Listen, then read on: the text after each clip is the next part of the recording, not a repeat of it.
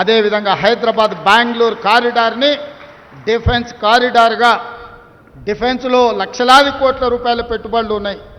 ప్రపంచ దేశాలు ఆసక్తిగా చూస్తున్నాయి.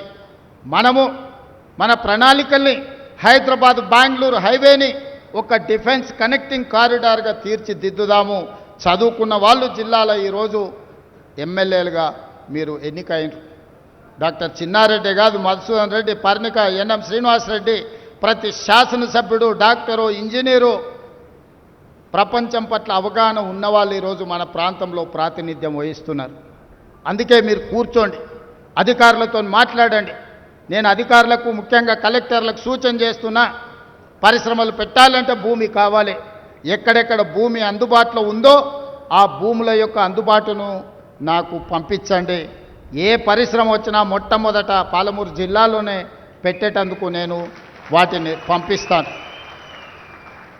కుర్చీలో కూర్చున్నది మీ వాడు, మీ సోదరుడు.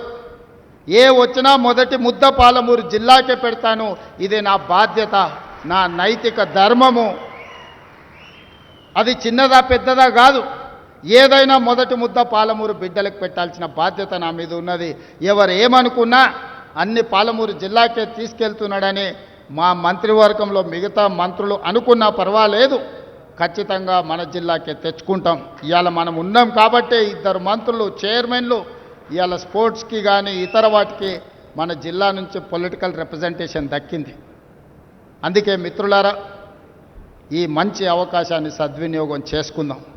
ఇప్పుడు రాజకీయాల కోసమో ఇతర కారణాల చేత అభివృద్ధిని అడ్డుకుంటే మనకు మనమే మరణ శాసనం రాసుకున్న వాళ్ళం అయితము. రాజకీయాలు వస్తూ ఉంటాయి, పోతూ ఉంటాయి, చూస్తూనే ఉండరు కదా.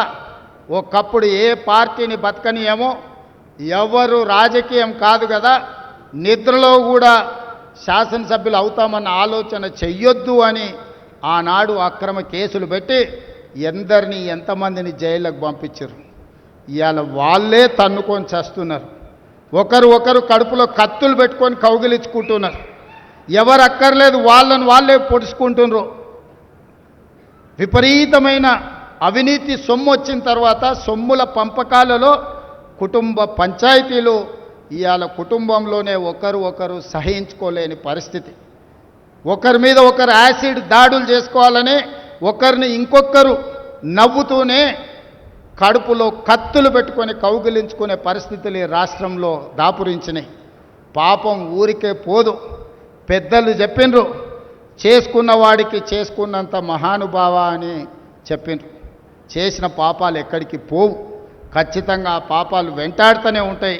వాళ్ళు అనుభవించి తీరాల్సిందే. ఆయన వెనకాల ఈయన ఉన్నాడని, ఈయన వెనకాల ఆయన ఉన్నాడని నేను ఒక మాట చెప్పదలుచుకున్నాను. అంత చెత్తగాళ్ళ వెనకాల నేనెందుకు ఉంటానయా? నేను నాయకుడిని ఉంటే ముందుంటా, మా వాళ్ళకు తోడుకుంటా. వాళ్ళ కుటుంబాలు వాళ్ళు కత్తులతో పొడుచుకొని హరీష్ రావు, సంతోష్ రావు వెనకాల రేవంత్ రెడ్డి ఉన్నాడు అని ఒకరంటే, లేదు కల్వకుంట్ల కవిత గారు వెనకాల రేవంత్ రెడ్డి ఉన్నాడని. మీరంతా దిక్కుమాల్లో అని తెలంగాణ ప్రజలు బండకేసి కొడితే మీ వెనకాల ఎవడన్నా బుద్ధునోడు ఉంటాడా? అన్నం తినవాడు ఎవడన్నా మీతోను ఉంటాడా? నేను ఉండేది పాలమూరు జిల్లా, 4 కోట్ల తెలంగాణ ప్రజల వెనుక ఉంటా, తోడుంటా, వాళ్ళ కోసం పని చేస్తా.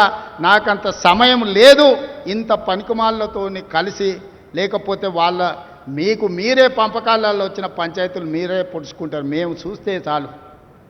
జరుగుతున్న పరిణామాలు అందరికీ తెలుసు. దయచేసి మీ వివాదంలోకి మీ కుటుంబ పంచాయతీలనో మీ కుల పంచాయతీలనో మమ్మల్ని లాగకండి. మాకెలాంటి ఆసక్తి లేదు. మిమ్మల్ని ఎప్పుడో ప్రజలు తిరస్కరించిండ్రు. మీరు కాలం చెల్లిన 1000 రూపాయల నోటు లాంటోళ్ళు. కాలగర్భంలో కలిసిపోతుంది ఆ పార్టీ. ఒకప్పుడు జనతా పార్టీ కూడా గొప్ప పేరుండే, కానీ జనతా పార్టీ కనుమరుగైంది. ఆ తర్వాత తెలుగుదేశం పార్టీ ఒక అద్భుతమైన పార్టీ, చాలామందికి అవకాశాలు కల్పించిన పార్టీ. కొంతమంది కుట్రల వల్ల ఆ పార్టీ కూడా ఈరోజు తెలంగాణలో ఒక సమస్యను ఎదుర్కొంటుంది. మరి ఇన్ని దుర్మార్గాలు చేసిన మీరు మాత్రం ఎట్లా మనుగడ సాధిస్తారు? ప్రకృతి అనేది ఉంటుంది, ఆ ప్రకృతి శిక్షిస్తుంది. అందులో మనకి ఎవరికి ఏమాత్రం ప్రమేయం లేదు. రాజకీయాల వైపు చూడకండి మిత్రులారా. పాలమూరు జిల్లాను అభివృద్ధి చేసుకుందాం. ఇరిగేషన్ అండ్ ఎడ్యుకేషనే my first priority. Irrigation and education వస్తే ఆటోమేటిక్గా ఎంప్లాయ్మెంట్ వస్తుంది. ఎంప్లాయ్మెంట్ వస్తే మనమే ఆదర్శంగా నిలబడతామని తెలియజేస్తూ